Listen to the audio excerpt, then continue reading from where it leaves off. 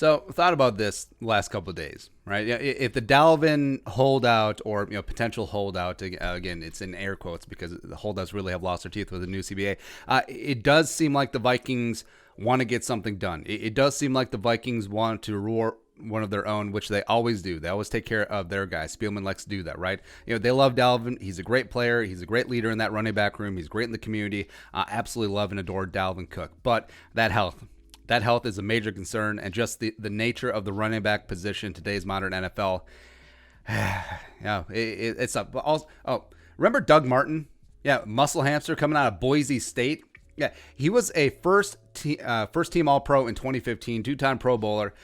Only turned 31 in January. He's been out of the league since 2018.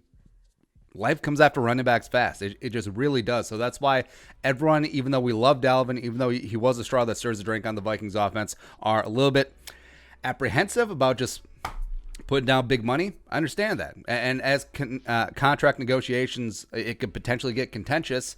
They sometimes can, for sure. I mean, look at every divorce, right? It starts with love and marriage or for money, and sometimes there's kids involved, but by the end, you were willing to give up 2/3 of your wealth, a third to them, a third to the lawyers, to move your spouse to the moon. Like, you would literally do that, right? So even though things are seemingly tranquilo right now with Dalvin and the Vikings, that could easily escalate in the next couple weeks. Like, you're already starting to see the cracks, right? The leaks are coming out. Dalvin wants North of McCaffrey money, and then Dalvin's camp obviously leaking. The Vikings are offering Melvin Gordon money. It's insulting. $8 million a year. That's insulting, right?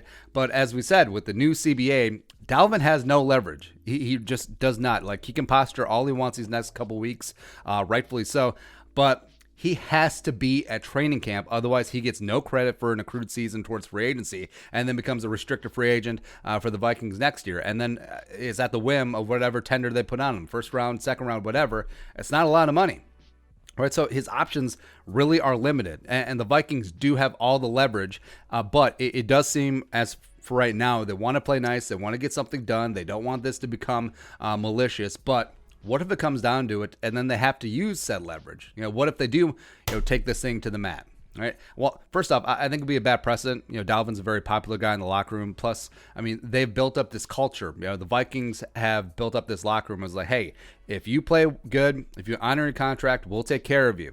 No muss, no fuss. Don't worry about it. Just play good, be a good teammate, and you'll get your money here. We like to take care of our own. But with Dalvin, it's different because of the health and because of just the nature of the position of being a running back. So it is a bit unprecedented because they haven't had to really pay a running back since Adrian. And that, of course, is the absolute outlier of every running back contract situation, right? But with Dalvin, extremely talented player, one great season, history of injury, has never played a full 16-game season. That has to be factored in. And that makes this contract negotiation different than a Danielle Hunter's, then Eric Kendricks, then Harrison Smith, then Xavier Rhodes. It just is, right? So now, if the Vikings do take this thing to the mat, being like, all right, fine, we tried to work this thing out. Your agents aren't being reasonable. Show up and make your 1.331364 whatever pie numbers, blah, blah, blah, base salary this year, or you get nothing. And we still control your rights for next year, and you're another year older, and that's usually the death knell for running backs, right? So show up, bang 2020 the way that you did 2019, stay healthy, and we will pay you all the money. We will literally pay you all the money. And also, say that you show up, you're a great teammate, and you're a rock star through the first 6 weeks of the season. Bye week comes along, we'll extend you then. It is not unprecedented that players get extended mid-season. That does happen, actually quite a bit, right? So if you stay healthy, it's great.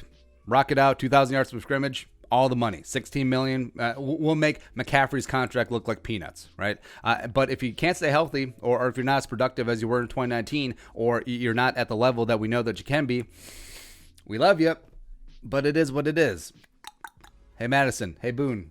Hey, Chuba Hubbard, come on in. That's right. So I could easily see this happening. Like, it's not malicious. It's just business. Like, say Dalvin does really want McCaffrey money, but we'll settle for 14. The Vikings really want to give him Melvin Gordon money, but we'll settle for 10. That 10 to 14, that $4 million per year, maybe that gap can't be bridged in the next couple weeks. And then it gets very acrimonious. Then training camps here, it's like, hey, Dalvin, show up, otherwise you're not getting credit.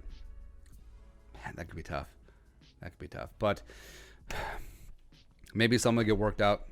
Maybe something won't. But as I said, the Vikings, they do hold all the cards in this situation. We'll see. All right, so your thoughts. Vikings holding all the leverage. What if they use it against Dalvin? Let us know in the comment section below. Subscribe for daily Vikings takes. Support the work. Pull us on the Venmo. Plus give us a follow on social media as well. But until next time, Skull, production value.